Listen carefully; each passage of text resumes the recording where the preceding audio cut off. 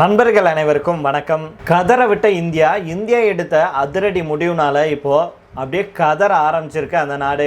India இந்த விஷயத்துல அடங்க மறுத்திருக்காங்க அப்படின்னே சொல்லலாம். அதிரடி காமிச்சு இப்போ அலற விட்டுருக்காங்க. அது என்ன அப்படிங்கிறத நம்ம இந்த வீடியோல தெரிஞ்சுக்க போறோம். இதை தொடர்ந்து பார்த்தோம்னா இந்தியா போட்ட போடுல இந்தியாவுக்கு ஒரு குட் நியூஸ் ஒன்று கிடைச்சிருக்கு அப்படின்னே சொல்லலாம். இதே போல இன்னொரு விஷயத்துல இவ்வளவு நாள் ஆட்டம் போட்டுட்டு வந்த ட்ரம்ப்புக்கு ஒரு மிகப்பெரிய அடி விழுந்திருக்கு. வேற வழி இல்லாம அந்தர் பல்ட்டி அடிச்சிருக்கிறாரு ட்ரம்ப் அவர்கள், இறங்கி வந்திருக்கிறாரு. அது என்ன அப்படிங்கிறத நம்ம இந்த வீடியோல தெரிஞ்சுக்க போறோம். அதை தொடர்ந்து கடைசியாக பாத்தீங்க அப்படின்னா எங்களுடைய மண்ணை இந்தியாவுக்கு எதிராக நாங்க பயன்படுத்துறதுக்கு அனுமதிக்க மாட்டோம் அப்படின்னு வாக்கு ஒன்று கொடுத்திருக்காங்க.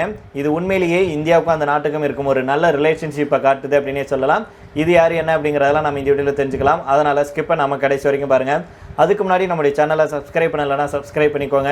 ஃபேஸ்புக், இன்ஸ்டாகிராம்லேயும் நம்ம வீடியோக்கள் போகிறோம். தவறாம ஃபாலோ பண்ணி உங்களுடைய சப்போர்ட்டை கொடுங்க. பாகிஸ்தானுடைய பொருளாதார மையமாகவும் அந்த நாட்டுடைய மிகப்பெரிய நகரமாகவும் விளங்கும் கராச்சி தற்போது முன் எப்போதும் இல்லாத வகையில் ஒரு மிகப்பெரிய நெருக்கடியை சந்திச்சுட்டு வருது. கோடை வெயில் சுட்டெரிக்கும் சூழல்ல அடிப்படை தேவைகளான குடிநீர், மின்சாரம் மற்றும் எரிவாயு ஆகிய மூன்றும் கிடைக்காமல் கோடிக்கணக்கான மக்கள் திண்டாடிட்டு வர்றாங்க. பாகிஸ்தானுடைய தலைநகராக என்னதான் இஸ்லாமாபாத் இருந்தாலும் அந்த நாட்டுடைய முக்கிய பொருளாதார மையம் எது அப்படின்னு கேட்டீங்கன்னா கராச்சி தான். பாகிஸ்தானுடைய முக்கிய பொருளாதார மையமாக இருக்கும் கராச்சியில கடந்த சில காலமாகவே நிலைமை மோசமா இருக்கு. சுட்டெரிக்கும் கோடை வெயிலால அங்கே குடிநீர், மின்சாரம் மற்றும் சிலிண்டர் கூட முறையாக கிடைக்காமல் மக்கள் திணறிட்டு வர்றாங்க. நகரெங்கும் நிலவும் இந்த தட்டுப்பாடு சாதாரண மக்களுடைய அன்றாட வாழ்க்கையை முற்றிலும் முடக்கி போட்டிருக்கு. பாகிஸ்தானுடைய நிதி தலைநகராக கருதப்படும் கராச்சியில அத்தியாவசிய சேவைகள் சீர்குலைஞ்சிருக்கிறதுனால மக்கள் தெருவில் இறங்கி போராடும் நிலைக்கு தள்ளப்பட்டிருக்காங்க. நகருக்கு வழங்கப்பட வேண்டிய குடிநீர்ல தினமும் சுமார் 5.4 கோடி கேலன் பற்றாக்குறை ஏற்பட்டுள்ளதாக கராச்சியுடைய நீர் மற்றும் கழிவுநீர் கழகம் தெரிவிச்சிருக்காங்க. இதுக்கு மிக முக்கியமான காரணம் கராச்சியுடைய வடகிழக்கு நீரேற்று நிலையத்துக்கு மின்சாரம் வழங்கும் முக்கிய கேபிளில் ஏற்பட்ட தொழில்நுட்ப கோளாறாகும் அப்படின்னு சொல்றாங்க. இதனால விநியோக கட்டமைப்பு முழுமையாக பாதிக்கப்பட்டிருக்கு. மே 31 அதிகாலையில், அதாவது 3:30 மணி அளவில் பார்த்தோம்னா வடகிழக்கு கராச்சி நீரேற்று நிலையத்துக்கு செல்லும் மின்சாரம் திடீரென துண்டிக்கப்பட்டிருக்கு. இது K2 நீரேற்று நிலையத்தின் செயல்பாடுகளை முடக்கி நகரின் பல பகுதிகளுக்கு செல்லும் குடிநீர் விநியோகத்தை முழுமையாக பாதிச்சிருக்கு அப்படின்னு அதிகாரிகள் தெரிவிச்சிருக்காங்க. அதே போல K2 நிலையத்துக்கு மின்சாரம் வழங்கும் பிரதான கேபிளில் ஏற்பட்ட தொழில்நுட்ப கோளாறு இந்த தட்டுப்பாட்டுக்கு காரணம் அப்படின்னு ஆய்வுல தெரிய வந்திருக்கு. தற்காலிகமாக மாற்று ஏற்பாடுகள் செய்யப்பட்டாலும் அவை முழுமையான தேவையை பூர்த்தி செய்ய போதுமானதாக இல்லை அப்படிங்கறதான் கசப்பான உண்மையாகும். மாற்று திட்டம் மூலம் மின்சாரம் வழங்கப்பட்டாலும் அதன் திறன் மிகவும் குறைவாக இருக்கிறதுனால நீரேற்றும் பணிகளை முழுமையாக மேற்கொள்ள முடியல. இதன் காரணமாக கராச்சி நகரின் குடிநீர் விநியோக கால அட்டவணை முற்றிலும் மாறியிருக்கு. இந்த தொழில்நுட்ப கோளாறு உடனடியாக சரி செய்யல அப்படின்னா வரும் நாட்கள்ல தட்டுப்பாடு மேலும் தீவிரமடையும் அப்படின்னு KWSC நிர்வாகம் மக்களுக்கும் அரசுக்கும் கடும் எச்சரிக்கையை விடுத்திருக்காங்க. கராச்சி நகரம் தொடர்ந்து 2வது மாதமாக தண்ணீர் தட்டுப்பாட்டை எதிர்கொண்டுட்டு வருது அப்படிங்கிறது குறிப்பிடத்தக்கது. இதனால ஆயிரக்கணக்கான குடும்பங்கள் தங்கள் அன்றாட தேவைகளுக்காக தனியார் தண்ணீர் லாரிகளை முழுமையாக சார்ந்திருக்கும் சூழல் ஏற்பட்டிருக்கு. இந்த தண்ணீர் லாரிகளுடைய விலையும் விண்ணை தொடர்றதுனால சாமானிய மக்கள் பெரும் சிரமத்தை எதிர்கொண்டிருக்காங்க. பாகிஸ்தானுடைய பொருளாதார சூழல் ஏற்கனவே மோசமாக இருக்கும் நிலையில இது போன்ற அடிப்படை பணிகள் முடங்குவது அரசுக்கு சவாலாக இருக்கு. பழைய உள்கட்டமைப்பு மற்றும் பராமரிப்பு பணிகள் மேற்கொள்ளப்படாததே இது போன்ற சிக்கல்களுக்கு காரணமாக சொல்லப்படுது. கராச்சியுடைய இந்த நெருக்கடி பாகிஸ்தானுடைய ஒட்டுமொத்த நிர்வாக சீர்கேட்டையை பிரதிபலிக்குது அப்படின்னு சமூக ஆர்வலர்கள் குற்றம் சாட்டியிருக்காங்க. மின்சார கோளாறு ஒரு பக்கம் இருக்க, மறுபக்கம் எரிவாயு தட்டுப்பாடும் உச்சகட்டத்தை எட்டியிருக்கு.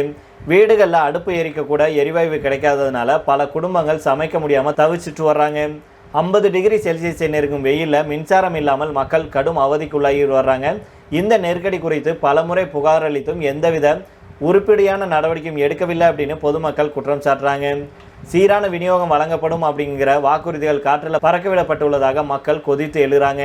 இதனால மக்கள் அடிக்கடி போராட்டத்தில் இறங்கும் சூழல், நகர்ல போக்குவரத்து நெரிசலும் அதிகரிச்சிருக்கு. பாகிஸ்தானுடைய உள்நாட்டு நிர்வாக குழப்பங்களுக்கு மத்தியில சிந்து நதி நீர் ஒப்பந்தத்தை இந்தியா தற்காலிகமாக நிறுத்தி வச்சிருக்கிறதும் கவனம் ஈர்த்திருக்கு.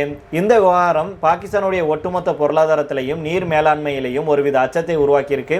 இந்த சூழல்ல தான் கராச்சியின் உள்கட்டமைப்பு வசதிகள் சீர்குலைந்து வருவது கவலை அளிக்குது.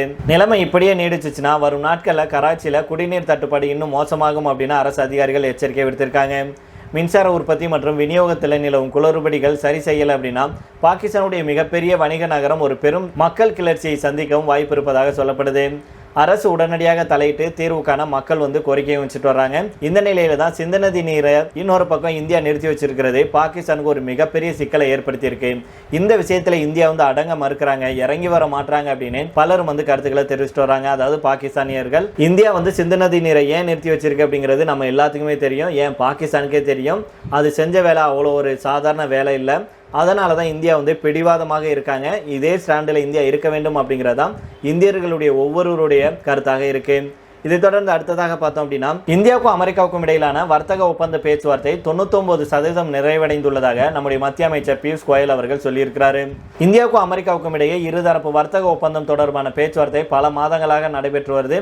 இதுல முதல் கட்டமாக ஒரு இடைக்கால ஏற்பாடாக இரு தரப்புக்கும் இடையே தற்காலிக வர்த்தக ஒப்பந்தம் ஏற்படுத்தப்படும் அப்படின்னும் பிறகு நிரந்தர வர்த்தக ஒப்பந்தம் கையெழுத்தாகும் அப்படின்னும் இரண்டு நாடுகளும் அறிவிச்சிருக்காங்க. இந்த நிலையில தான் இந்தியா அமெரிக்கா இடையிலான இடைக்கால வர்த்தக ஒப்பந்த பேச்சுவார்த்தை டெல்லியில் நேற்று தொடங்குச்சு. வரும் 4ஆம் தேதி வரை நடைபெறும் இந்த பேச்சுவார்த்தையில் அமெரிக்கா சார்பில் ஃப்ரண்டன் லிஞ்ச் தலைமையிலான வர்த்தக பிரதிநிதிகள் பங்கேற்றிருக்காங்க. இந்தியா சார்பில் மத்திய வர்த்தகத்துறை செயலாளர் தர்பன் ஜெயின் தலைமையிலான குழு பங்கேற்கிறாங்க. இது குறித்து பியூஷ் கோயல் அவர்கள் நேற்று என்ன சொல்றாரு அப்படின்னா, இந்தியாவும் அமெரிக்காவும் இருதரப்பு வர்த்தக ஒப்பந்தத்தின் முதல் கட்டத்தை இறுதி செய்யும் நிலைக்கு நெருங்கிட்டாங்க. இது தொடர்பான 99% விவாதங்கள் ஏற்கனவே முடிஞ்சிருச்சு. சிறிய அளவிலான பிரச்சனைகளுக்கு தற்போது தீர்வு காணப்பட்டு வருது. அதாவது அமெரிக்காவுடனான முதலாவது இருதரப்பு வர்த்தக ஒப்பந்தம் கையெழுத்தாக இருப்பதை இந்தியா மிக விரைவில் அறிவிக்கும். மேலும் இந்த ஒப்பந்தம் முடிவடைந்ததுக்கு அப்புறம் 2ஆம் கட்டத்துக்கான பேச்சுவார்த்தைகள் தொடங்கும் அப்படின்னு சொல்லியிருக்கிறாரு. சந்தை அணுகல், வரி அல்லாத நடவடிக்கைகள், சுங்கம், வர்த்தக வசதி, முதலீட்டு ஊக்குவிப்பு, பொருளாதார பாதுகாப்பு ஒருங்கிணைப்பு போன்ற பல்வேறு அம்சங்கள் இந்த பேச்சுவார்த்தையில் இடம்பெற்றிருக்கு அப்படின்னு அவர் சொல்லியிருக்கிறாரு. அதே வேளையில் இன்னொரு பக்கம் அந்தர் பல்ட்டி அடிச்சிருக்கிறாரு ட்ரம்ப் அவர்கள். உலக நாடுகள் மேலேயும் இறக்குமதி பொருட்கள் மீதும் மாறி மாறி வரி போட்டு வந்த அமெரிக்க அதிபர் டொனால்ட் ட்ரம்ப் தற்போது அந்தர் பல்ட்டி அடிச்சிருக்கிறாரு. விவசாயம் மற்றும் தொழில்துறை உபகரணங்களுக்கான இறக்குமதி வரியை 10% குறைக்கும் முக்கிய அறிவிப்பை வெளியிட்டிருக்கிறாரு. தற்போது 25% இருக்கும் வரியை 15% குறைக்கும் இந்த முடிவு அடுத்த ஆண்டு இறுதி வரைக்கும் அமல்ல இருக்கும் அப்படின்னு அமெரிக்க அரசு தெரிவிச்சிருக்கு. இது அமெரிக்க விவசாயிகள் மற்றும் தொழில் நிறுவனங்களுக்கு பெரும் நிவாரணம் அளிக்கும் அப்படின்னு எதிர்பார்க்கப்படுது. அமெரிக்க பொருளாதாரம், நிதிநிலை, பணவீக்கம் நாளுக்கு நாள் மோசமாகிட்டு வரும் வேளையில வரியை குறைத்தால் மட்டும்தான் தற்போதைய நிலைமை மேம்படும் அப்படின்னு தெரியுது. இதன் காரணமாக தான் ட்ரம்ப் அவர்கள் கண்மூடித்தனமாக விதித்த வரி தற்போது குறைக்க துவங்கியிருக்கிறாரு. அமெரிக்க விவசாயத்துறையை வலுப்படுத்தும் நோக்கத்தில் கம்பைன், அறுவடை இயந்திரங்கள் உள்ளிட்ட விவசாய உபகரணங்களுக்காக வரி 25%லிருந்து 15% குறைக்கப்பட்டிருக்கு. இந்த நடவடிக்கை விவசாய உற்பத்தியாளர்களின் செலவுகளை குறைத்து துறையில் அதிக முதலீட்டை ஊக்குவிக்கும் அப்படின்னு அரசு தரப்புல தெரிவிக்கப்பட்டிருக்கு. அமெரிக்க விவசாயம் உலக அளவுல முக்கிய பங்கு வகிப்பதால் இந்த வரி குறைப்பு உற்பத்தியை அதிகரிக்க உதவும்.